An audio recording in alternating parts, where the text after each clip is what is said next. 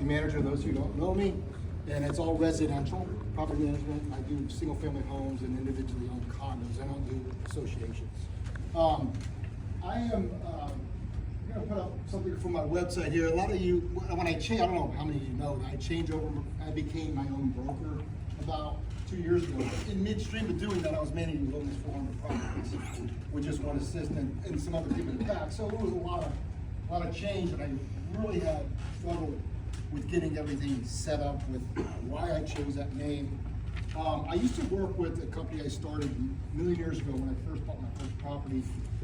A good friend of mine and I, we ended up starting property management that it was called Investors Choice Realty. And then I broke off, I was on my own basically with him. I just used his license as a broker.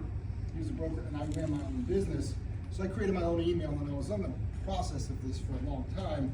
And I just kept that ICR part, Investors Choice Realty, from my own email.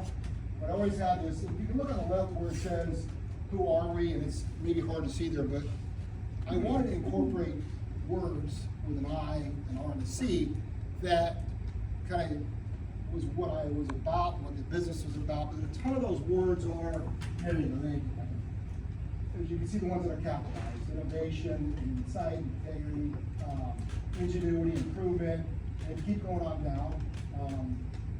Reliable, resourceful, responsible.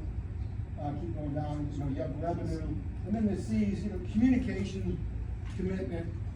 Confidence, those kind of things. So it all kind of played in, and we had this whole grand thing to do this about 2 years ago, and we finally got it completed because I finally clicked on that little AI button on my computer and figured out how easy some of this stuff is. So, quickly about me, I started investing in real estate in 1999 when I was a high school football coach at Hutchinson High, and it just morphed into what I do now. Prior to that, I grew up in Dunedin, and my mom passed away now, but my dad still lives in the same house I grew up in, so it's pretty cool. Big family. I'm the youngest of 6.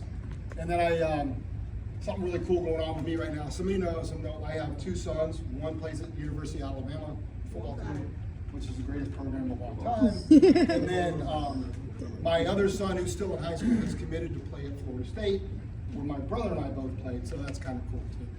Quick story, he was up there on the Wine and Dine weekend, where they bring you up and the families and they pay for everything. And he went out with some of the players, and about midnight he texted me just a picture.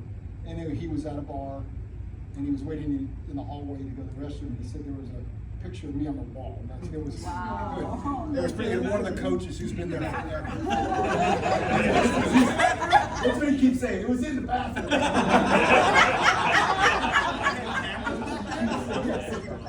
And for some reason it was me nowadays. He said wrongly, but it's a painting. They didn't have pictures. The head coach the next day, we were joking because one of the other coaches who's on the staff, my age, was in the picture, and the head coach said, "Where was it?" I go, he said there was a hole in there, and there's some girl in candy dancing next. Or something.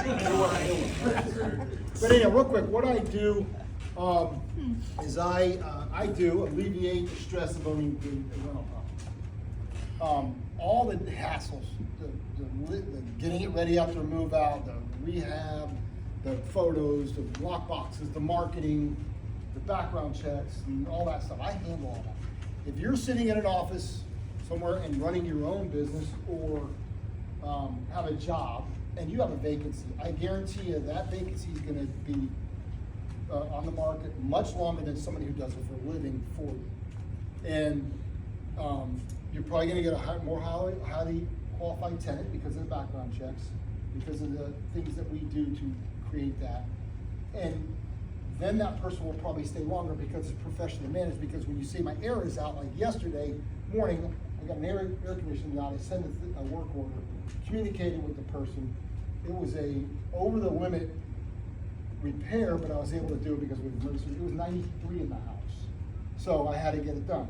That tenant, if it was one of those things he couldn't reach you and you had to go in the phone book, find an air conditioning guy, and a week later you're fixing, the guy's gonna be moving out. So I say those things because a property manager helps you be more profitable. There's no 2 ways about it. The less time when there's a move out, because we have it lined up. We already have all the water and power and everything ready to go the second they move out.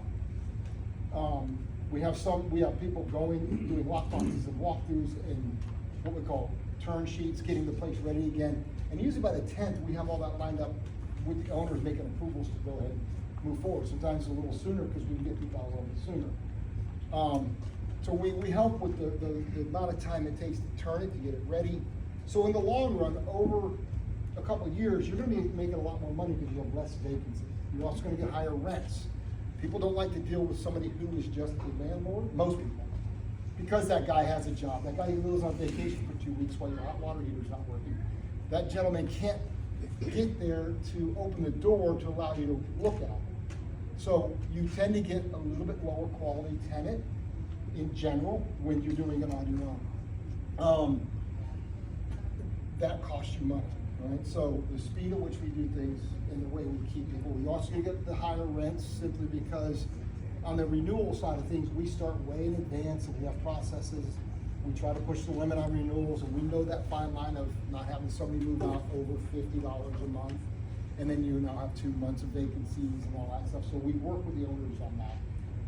Majority of my tenants stay multiple years because of what we do to make it a nice place to live, right? We try to give them good customer service so they renew, which in turn helps you.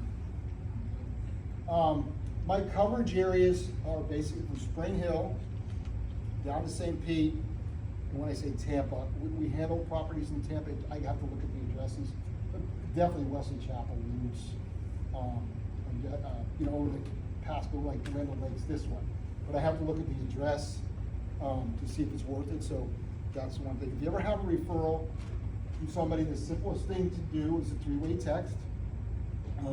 If it's a person who owns the property, I will always ask them for the address. If you know it, the address helps, because then when I start talking to them, I already do a rental analysis for them. Great referrals for me, as I always mention, are real estate agents or brokers that do not do property management. That's always a very good referral. I probably in the last 3 weeks to a month, I probably picked up 4 or 5 properties from agents because the houses have been sitting on the market. Now they're going to rent them. So it's a very good time to do that. I give free rental analysis to those agents to help them look better, and then I work from there. CPAs, financial advisors, divorce attorneys, those are all good because they know what's going on with people. Sometimes when they get divorced, they can't sell a house right away. And that's my bill. Thank you.